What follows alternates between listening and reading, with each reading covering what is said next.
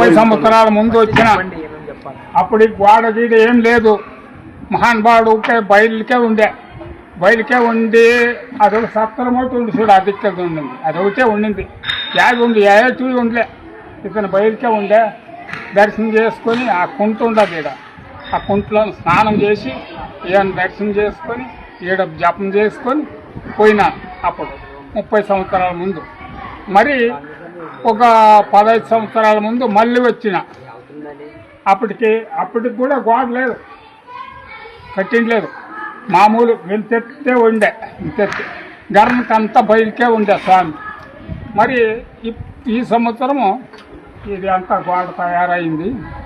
ఈయనకి మూతేనికి లేదు, ఇతనికి ఇట్లే ఉండాల్సిండేదే. ఇతని రణబండ్లయ్య అని పేరు.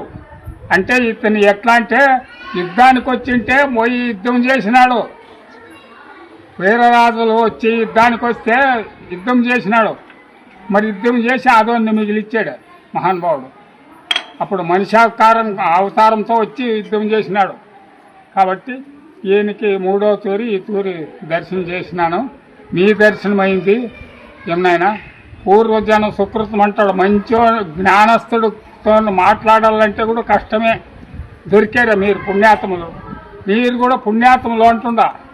పుణ్యజీవులు అయితేనంటే ఇట్లా వినేది, చెప్పింది, నడుచుకునేది. కాబట్టి మీరంతా కూడా పరమాత్మ అందరూ కూడా ఆకారం